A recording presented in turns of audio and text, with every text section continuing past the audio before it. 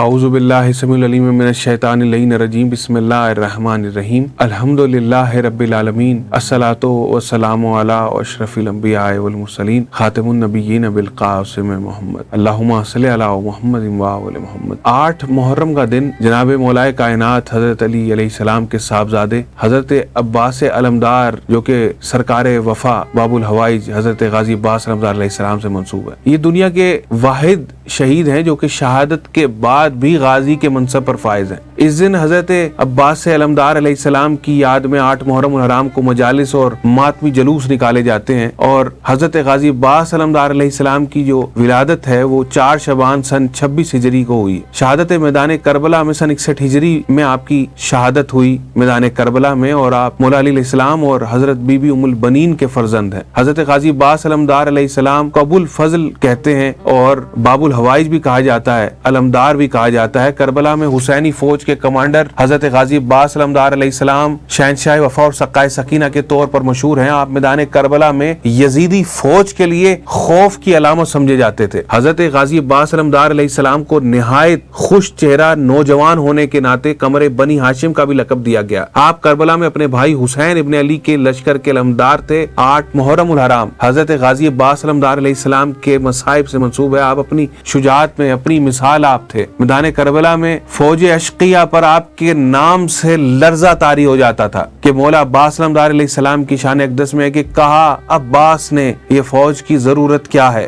جب نگاہوں پہ بھروسہ ہو تو جرت کیا ہے، دوش پہ حیدر و صفدر کا علم لیے ہوں، دیکھ کر مشکیزہ سمجھ لو میری نیت کیا ہے، کاش آقا مجھے لڑنے کی اجازت دے دیں، ایک ہی حملے میں بتا دوں گا قیامت کیا ہے۔ مولا عباس علمدار کو لڑنے کی جنگ کی اجازت نہیں ملی، پانی لانے کی اجازت ملی۔ یزیدی لشکر نے جب پانی بند کیا تو جہاں بڑوں نے صبر کیا وہیں بچے پیاس سے نڈال تھے، لیکن حضرت عباس علمدار اپنی پیاری بھتیجی سکینہ کے پانی مانگنے پر رہ نہ سکے اور مشک و علم تھاما۔ بی بی سکینہ سلام اللہ علیہا مولا عباس کے پاس آئیں اور کہا کہ اے چچا، بچے پیاس سے بےتاب ہیں، اللہ تشلت کی سزائیں ہیں، آپ پانی لے آئیے۔ مولا عباس نے کہا کہ میری کیا مجال ہے سکینہ، میں نہ جاؤں، اپنے بابا سے مجھے اجازت دلوا دو، میں پانی لینے چلا جاؤں گا۔ بی بی سکینہ نے اپنے بابا سے کہا کہ چچا عباس کو بھیج دیجئے۔ اس سے پہلے مولا عباس علمدار علیہ السلام کئی بار امام حسین مظلوم کربلا کے حضور پیش ہوئے کہ آقا مجھے لڑنے کی اجازت دیجیے، آقا مجھے لڑنے کی اجازت دیجیے، لیکن امام حسین علیہ السلام ہر دفعہ یہ کہہ کر روک دیتے کہ نہیں عباس، تم تو میری سپاہ کے سپاہ سالار ہو، تم تو میری فوج کے سالار ہو، تم تو میری فوج کے علمدار ہو، تم میری فوج کے جرنیل ہو، تمہیں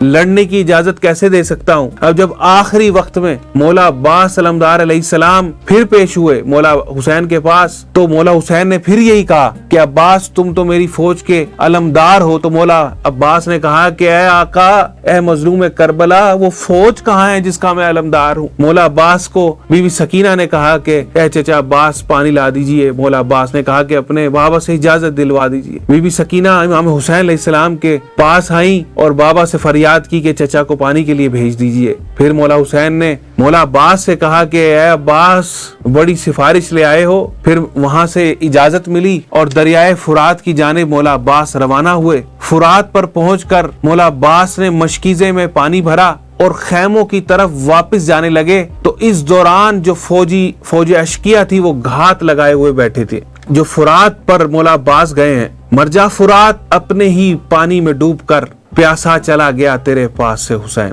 یزیدی فوج جو گھات لگائے بیٹھی تھی، مولا عباس نے جب مشک میں پانی بھرا تو مولا عباس علمدار علیہ السلام نے کہ ہاتھوں کو پانی نے چھوا، لیکن مجال کیا مجال، مولا عباس نے گھوڑے کی بھی کیا مجال، مولا عباس نے اس پانی کو نہیں پیا۔ یزیدی فوج نے پانی کے مشکیزے کو تیر کا نشانہ بنایا کہ یہ جو آس جا رہی ہے، یہ جو آس جا رہی ہے، اس آس کو توڑا جائے۔ مولا عباس جب چلے ہیں وہاں سے خیموں سے تو تمام بچے خیموں کے پر کھڑے ہو کر دیکھ رہے تھے مولا عباس کو کہ مولا عباس پانی بھرنے کے ابھی لاتے ہیں، اور نیزوں اور تیروں کی بارش مولا عباس پر شروع ہو گئی، اور اسی کوشش میں مولا عباس علمدار علیہ السلام کی مشق پر آ کر ایک تیر لگا، اور مولا عباس کے جو بازو ہیں ان پر بھی تیر آ کر لگے کہ دونوں بازو آپ نے کٹوا دیے، اور مولا عباس نے انہیں مشق اپنے دانتوں میں تھام لی کہ مشق کسی بھی طریقے سے خیموں میں پہنچ جائے. پھر ایک تیر آ کر مشق میں لگا اور وہیں پر ہی مولا عباس کی آس بھی ٹوٹ گئی. یا عباس کے